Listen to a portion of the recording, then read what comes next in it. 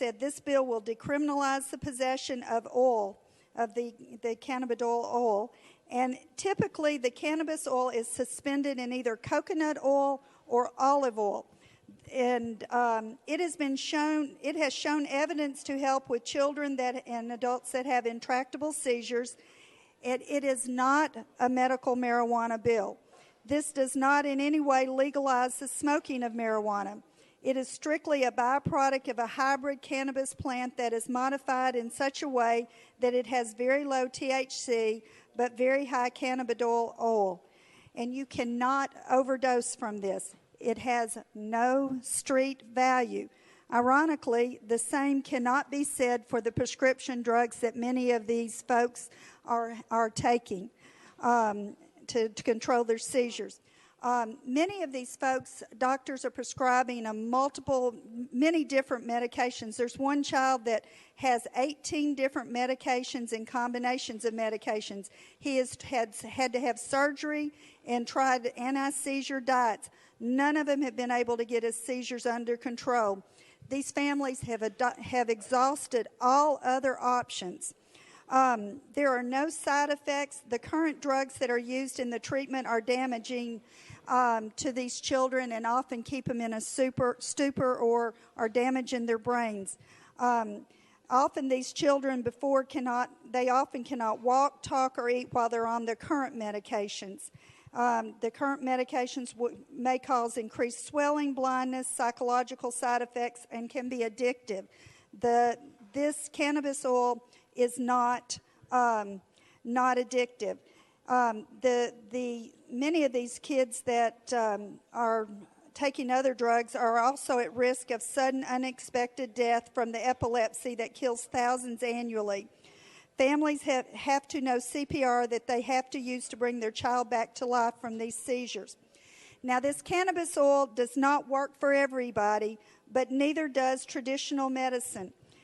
There's been one study that was done recently of 107 patients and was found that the high CBD oil, low THC cannabis oil, 71% of the patients experienced at least a 50% reduction in seizures, while nearly 50% were seeing an 80% reduction.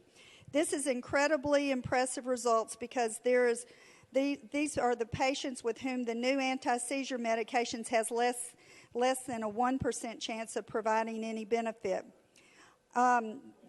The Realm of Caring in Colorado is also running an approved research study, and they are collecting and analyzing data through an independent organization for all patients that are on the Charlotte's Web oil, which is it's called, across the country, and they have said that they would be able to break out the Tennessee-specific data regarding our results. These are real children and real people. Imagine if these were your daughters or sons or your grandchildren. Today we have the power to make a real change. And these people are suffering, and this medication works, and it's safe. Many of y'all will know that we passed a bill last year to do studies on this very subject. And unfortunately, the federal government wouldn't give us the permits to do that study. And one of the young folks, we've got a whole group of the families up here in the balcony that have come out and supported this bill through all our committee hearings, both in the House and the Senate. And they're here tonight to watch this being voted on in both the House and the Senate. But one of the families, their daughter and granddaughter was at the bill signing for the one last year. Unfortunately, this little 3-year-old Chloe passed at Christmas time and is not going to be here to see this results, and we don't need to have this continue on. I want to commend Representative Faison, who's worked with me in the House and actually has done a yeoman's job in helping work out with all the departments to make sure we had something that was comfortable for the departments and for the police chiefs and the groups that were interested and wanted to help make this a better bill. Now you're recognized. Thank you, Mr. Speaker. If Senator Massey would yield for a couple of questions. Does the DEA and federal government still classify cannabis oil as a Schedule 1 controlled substance? Senator Massey? Yes, it does. Senator McNally? Does the FDA, have they issued any approval of cannabis oil for the treatment of epilepsy or other disorders? Senator Massey? No, they have not. And also that is due, they've not been able to do a lot of studies because of it being a Schedule 1. They're looking at passing that as a Schedule 2 up in Washington. There is legislation on that, so more studies could be done, so it could be worked through the FDA process. Senator McNally? I believe you had stated an order legally obtained through the state was how the individual obtained the, I guess, like a prescription or permission slip to use the oil. Senator Massey? Could you go over that part again? Basically, the TBI had requested that the individual had in their possession with the oil, I believe it's called a red card, that would explain what the percentages were from the state that it's obtained from, where it's legal to dispense in that state. And then the doctor, their local doctor, though, would have a diagnosis, a written diagnosis of the seizures. Senator McNally? Would the physician, local physician, a Tennessee physician, actually order the oil for them, or would they simply order it from Colorado, from Charlotte's Web, or other manufacturers? Senator Massey? Thank you, Mr. Speaker. No, the Tennessee doctor would not prescribe it, and we were very careful about that. They would write a diagnosis because they would obviously, these individuals are, that with having seizures, they're under close supervision from their doctors here. And so they would have a diagnosis that would fit this tight definition in this bill. But like I say, the American Academy of Pediatrics worked with us on getting the wording just right for that. But they would get it in a state that was legal to obtain it. And it would not legalize it here, it would decriminalize it. There's a difference that we were asked to do. McNally? And that would be only for state government. I mean, they still could be charged under the Federal Controlled Substance Act. Is that correct? Senator Massey? I believe so. Yes, sir. Now, how is this regulated? How does an individual know that the product that they are purchasing contains the limitations that your bill has in it? Who regulates the oil? Massey? They have quality control. The companies, the major companies that are distributing right now in Colorado and Kentucky just passed it, I believe. So, but they have the quality control there in it. They have to label the bottles and the packaging with the amount of THC that is in the product. Watson?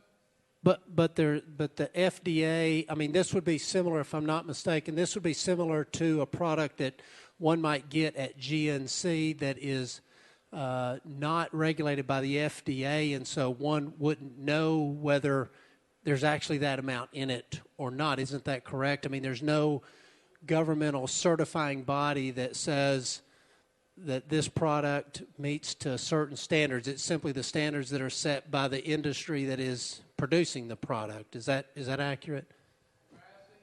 Thank you, Mr. Speaker. It would be set by the industry, but also they would have their state regulations, just like we would put state regulations if we had that legalized in Tennessee. So they would have those kind of regulations, but it's not by a federal government, would not be regulated.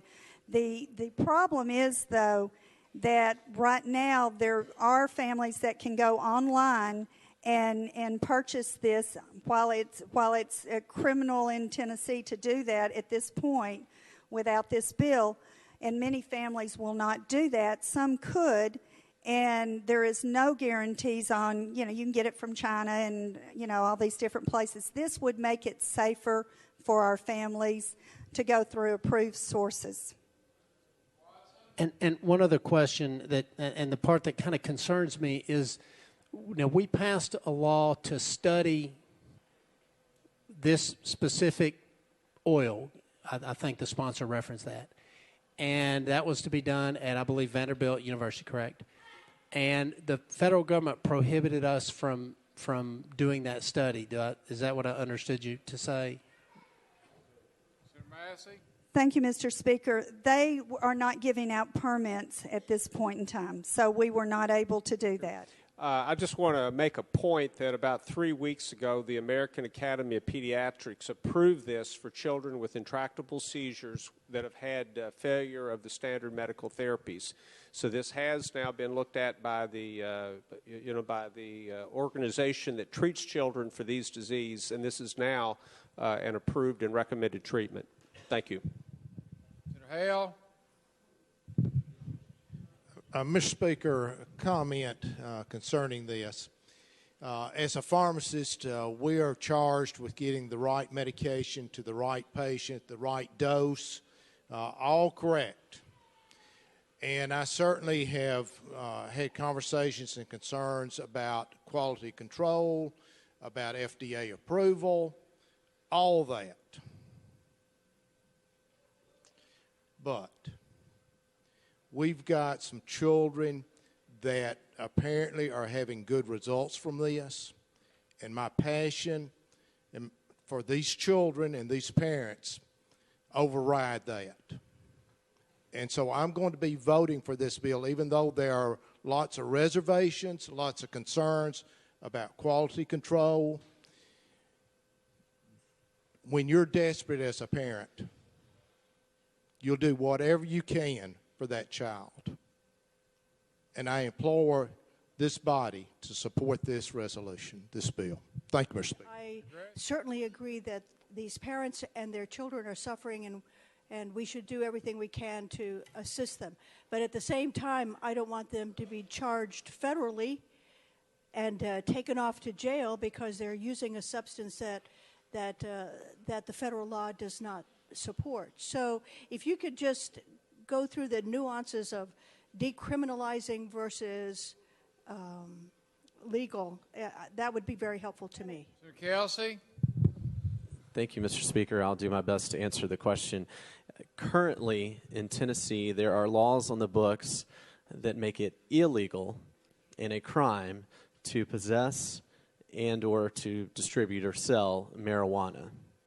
This particular law carves out an exception to those laws and describes them in very great detail, as the sponsor has already described. Less than 0.09% THC.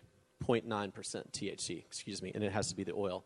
So that it would not be a violation of those laws in Tennessee to be in possession of this particular cannabis oil. However, the point that the questioner makes, that the chairman of the Finance Committee has already made, is well taken, which is we want to make sure that we're being clear, if this bill does pass, to these parents, that while you may not be in violation of a state law, if you possess this cannabis oil, you still will be in violation of a federal law. Gardenhire? Thank you, Mr. Speaker. Just a matter of clarification. The bill last year that I sponsored authorized Tennessee Tech to actually grow get the seed and produce the oil, and then Vanderbilt Children's and East Tennessee Children would administer the oil to it. But ultimately, we've got to trust the parents to do what they believe is best for their children. And these are parents that really have tried everything. And to meet these families, they are the real heroes, because they work so hard to take care of these children, and they've just exhausted every hope they had. And this is, many of them, if they don't do this, their child might die. And we could save lives by doing this tonight. And I would appreciate a yes vote on Senate Bill 280. Mr. Clerk, take a vote. Ayes 26, no nays. Senate Bill 280, having received a constitutional majority, hereby declare it passed. Without objection, the motion to reconsider goes to table. Next order, Mr. Clerk. Mr. Speaker, the Senate's on item number 14.